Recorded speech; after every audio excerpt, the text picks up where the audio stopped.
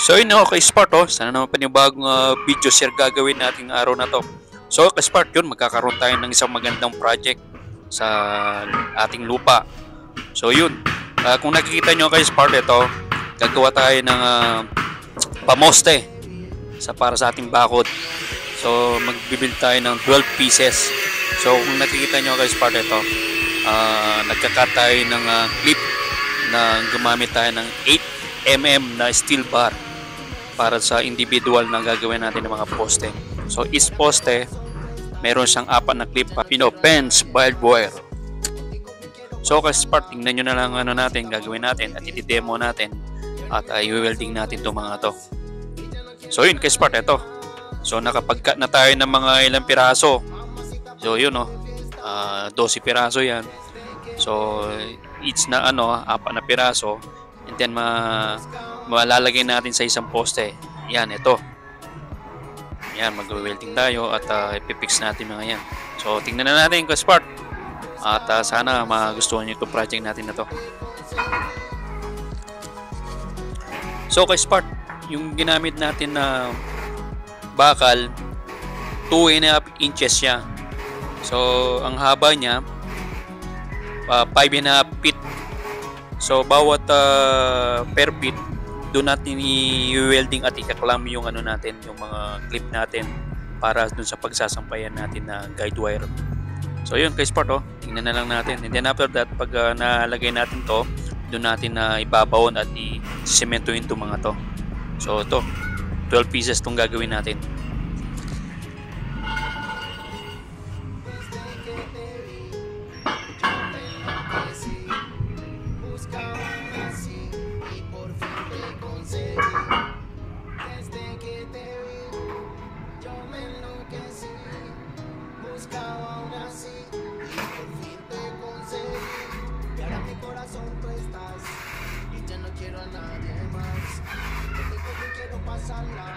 Mamacita, vámonos de fiesta.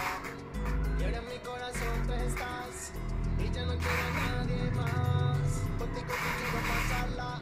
Mamacita, vámonos de fiesta. Desde que te vi, buscaba así. Desde que te vi, buscaba así.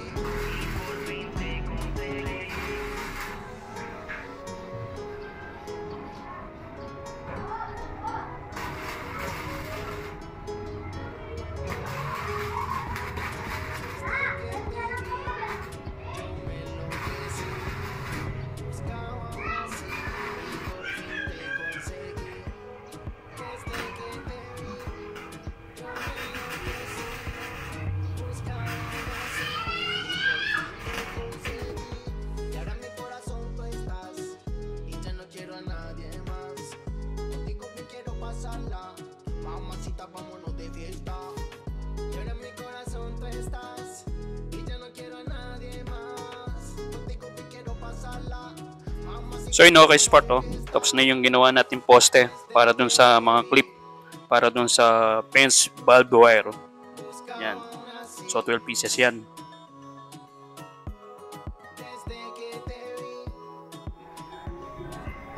So yun kay Spark, next step naman gagawin natin ngayon, magka-cut tayo ng 12 inches na 10mm para sa tossing na gagawin natin sa dito sa mga pole natin gagawin. So dun sa ilalim, naglagay tayo ng 2 layer na cross. At yun ang ibabaon natin para kumapit sa sa sementong bubuhusan natin.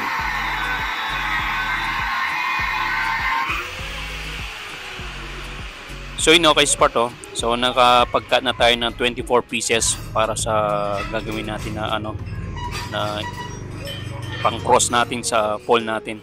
So bawat pole natin o tubo, maglalagay tayo ng 2 piraso na 12 inches. So yun, lalagay natin yun sa baba nung na after nung pang last na lalagay natin na clip dun sa fence barbed wire. 4 feet. So yung remaining sa ilalim nun yun ang i-cross natin. So siya yung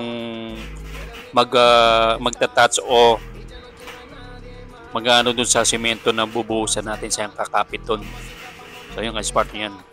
Yung welding na natin.